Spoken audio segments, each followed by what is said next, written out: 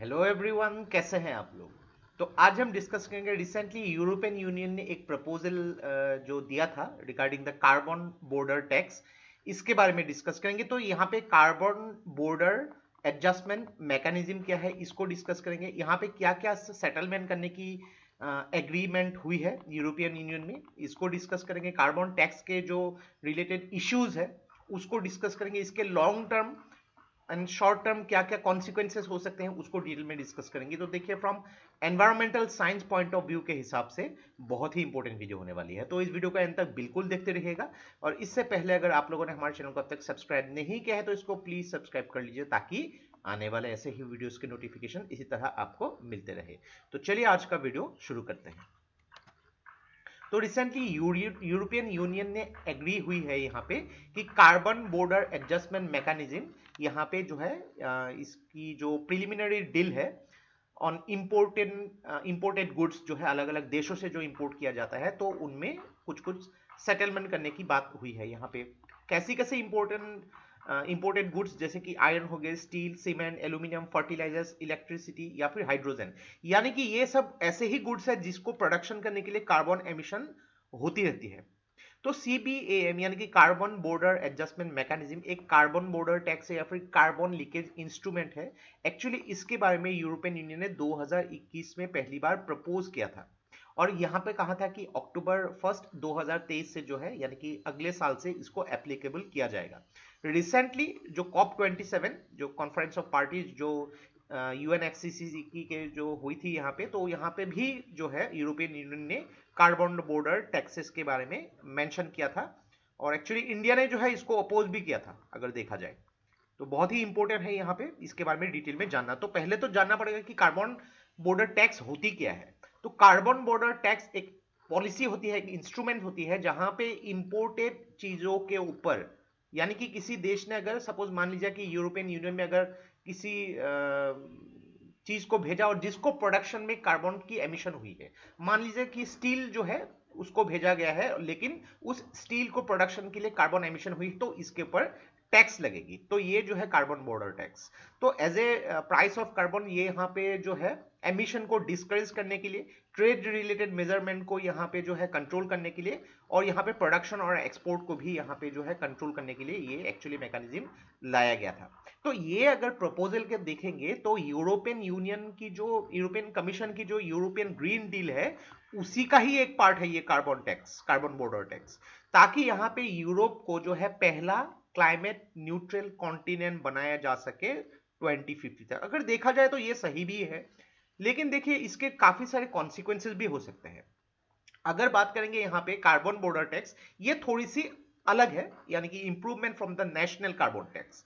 तो national carbon tax European Union अपने ही देशों के कंपनी के ऊपर लगाएगी, लेकिन कार्बन बॉर्डर टैक्स ये दूसरे देशों के ऊपर लगाएगी। यानी कि मान लीजिए कि कल को इंडिया ने अगर यूरोपियन यूनियन में किसी भी देश के ऊपर, मान लीजिए कि जर्मनी को अगर स्टील भेजा और उस स्टील को प्रोडक्शन में कार्बन की एमिशन हुई है, तो यहां पे जो है टैक्स लगाया जाएगा। तो यहाँ पे कुछ कुछ जो गोल जो है कार्बन बॉर्डर यहाँ पे जो टैक्स के ऊपर यहाँ पे बात की गई है, कुछ कुछ सेटलमेंट भी बात की गई है।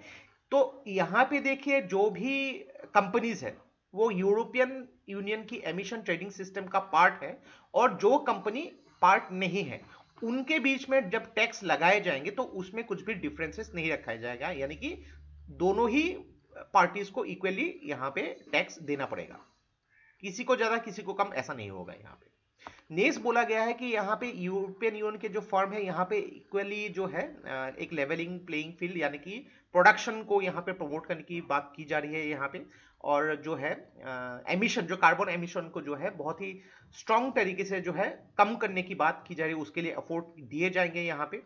और यहाँ पे अगर बात करेंगे जो नॉन यूरोपियन कंट्रीज है उनको भी इंसेंटिवाइज दिए जाएंगे। तो अगर बात करेंगे जो पेरिस क्लाइमेट एग्रीमेंट COP15 में बोला गया था कि हर साल जो है 2020 से जो है 100 बिलियन US डॉलर जो है दिए जाएंगे, तो उसी को आप समझ सकते हैं कि यहाँ पे जो भी अलग अलग कंट्रीज है उनको क्लाइमेट एम्बिशन, यानी कि किस तरीके से क्लाइमेट जो रिडक्शन एमिशन को रिड्यूस किया जा सके, उसके लिए इंसेंटिवाइज भी किए जाएंगे। और ताकि यहाँ पे कुछ कुछ यहाँ पे रिलैक्सेशन भी मिले अपने कार्बन बॉर्डर टैक्स में। तो यहाँ पे एंश्योर किया गया है यूरोपियन यूनियन या फिर ग्लोबल क्लाइमेट एफोर्ट जो है उसको रीलोकेट ना किया जाए। यानी कि मान लीजिए कि एक जगह पे यहाँ पे अगर मान लीजिए कि सपोज स्वीडन में कार्बन एमिशन बहुत ही कम होती है, तो ऐसा नहीं है कि कोई रशियन कंपनी स्वीडन में जाके प्रोडक्शन कर ले और वहां से जाके करेगी। तो यहाँ पे main objective carbon dioxide emission को कंट्रोल करना है, तो उसके लिए अलग अलग पॉलिसीज लाए गए हैं। लेकिन देखिए इसके कुछ कुछ कॉन्सिक्वेंसेज भी हो सकते हैं। लेकिन यहाँ पे अगर बात करेंगे issues regarding the carbon border tax, तो यहाँ पे बेसिक कंट्री यानी कि जो Brazil, south Africa, India and China, तो उन्होंने इसको अपोज उसी टाइम किया था जब इसको एक्चुअली प्रपोज किया था। तो एक जॉइंट स्टेटमेंट में यहाँ पे बोला गया था कि ये डिस्क्रिमिनेटरी है, यानी कि यहाँ पे प्रिंसिपल्स ऑफ इक्विटी, यानी कि जो भी आज के टाइम में डेवलप कंट्री है, अपने टाइम में आज से 200-300 साल पहले उन्होंने जब इंडस्ट्रियल रिवॉल्यूशन करके अपने देश को अमीर बना लिया, अपने देश को बहुत ठीक ठाक बना लिया, अभी जब यहाँ पे ऐसे सिचुएशन आप पहुंचे हैं तो उन लोग बाकी देशों को कंट्रोल करने की बात कर रही है। तो यहाँ पे common but differentiated responsibility, respective capabilities की बात की गई है। तो ऐसा नहीं होनी चाहिए, यहाँ पे इक्विटी होनी चाहिए, यानी कि जिन देशों ने ज्यादा कार्बन डाइऑक्साइड एमिशन को फैलाया है उनके ऊपर ज्यादा रेस्ट्रिक्शन, जिन देशों ने नहीं फैलाया है थोड़े से यहाँ पे कम रेस्ट्रिक्शंस होनी चाहिए। इंडिया के ऊपर कैसी इंपैक्ट हो सकती है अगर बात करेंगे, यूरोपियन यूनियन जो है इंडिया की थर्ड लार्जेस्ट ट्रेडिंग पार्टनर है। अगर कार्बन बॉर्डर टैक्स इंडिया के जो है सामानों पे लगा दिया गया तो इंडिया की जो प्रोडक्ट्स है वो बहुत ही कम अट्रैक्टिव होगी और सेलिंग कम हो जाएगी। सेलिंग जब कम हो जाएगी डिमांड कम हो जाएगी और उसका इफेक्ट पड़ सकता है। Non consensual with Rio declaration, अगर बात करेंगे रियो डिक्लेरेशन अर्थ समिट जो आर्टिकल 12 जो रियो डिक्लेरेशन की, यहाँ पे कॉन्स्टिट्यूशन ऑफ इंडिया की बात नहीं कर रहा हूं, यहाँ पे रियो डिक्लेरेशन की बात कर रहा हूं। उसके जो आर्टिकल 12 में मेंशन किया गया है जो स्टैंडर्ड्स या फिर जो रूल एप्लीकेबल है फॉर द डेवलप्ड कंट्रीज वो डेवलपिंग कंट्रीज में एप्लीकेबल नहीं है। तो कार्बन बॉर्डर टैक्स की जो कॉन्सेप्ट है ये हर कंट्री पे लगाया गया तो ये ठीक नहीं होगा। अगर बात करेंगे यहाँ पे कौन सी पॉसिबल इंपैक्ट हो सकती है, तो पॉजिटिव इंपैक्ट डेफिनेटली होगी। यहाँ पे मेन ऑब्जेक्टिव क्या है कि कार्बन एमिशन को कंट्रोल करने के लिए अलग अलग पॉलिसीज। तो पॉजिटिव इंपैक्ट को अगर देखेंगे लॉन्ग टर्म पर्सपेक्टिव के, यहाँ पे जो है कार्बन डाइऑक्साइड एमिशन को यहाँ पे रोकने की बात की जा रही है यहाँ पे, और उसके लिए जो है रिन्यूएबल एनर्जी टेक्नोलॉजीज को यूज किया जाए। और फिर अलग अलग पॉलिसीज, अगर यहाँ पे जो एयर पोल्यूशन भी हो रही है उसके लिए फॉरेस्टेशन हो गई, कार्बन सिक्वेस्ट्रेशन, अलग अलग टेक्निक्स को यूज किया जा सकता है। लेकिन अगर निगेटिव इंपैक्ट देखा जाए तो यहाँ पे देखा जाए कि ये मूव जो है यूरोपियन यूनियन ने लगाया है, तो यहाँ पे जो है अलग अलग फॉलो सू भी किया जा सकता है।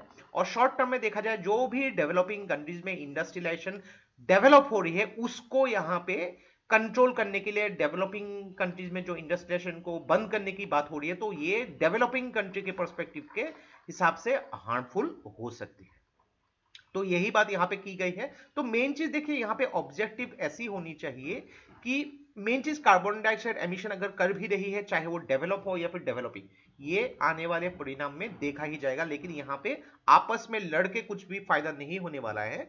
यहाँ पे उसको कैसे कंट्रोल किया जा सके और रिन्यूएबल तरीके से या फिर अलग अलग टेक्निक्स को यूज करके उसको किस तरीके से एक सस्टेनेबल डेवलपमेंट को यूज करके प्रमोट किया जाए, उसके बारे में अलग अलग तरीके से ग्लोबली सोचनी चाहिए। तो ये था हम लोग का कंप्लीट एनालिसिस। तो आशा करते हैं इस वीडियो से आपको बहुत कुछ चीजें सीखने को मिला होगा। और ये वीडियो अगर आप लोग को अच्छा लगा इसको प्लीज लाइक कीजिए, इसको सब्सक्राइब कीजिए, इसको शेयर कर दीजिए। तो आज के लिए बस इतना ही। देखते रहिए Study Rise. Take care, thank you and Jai Hind.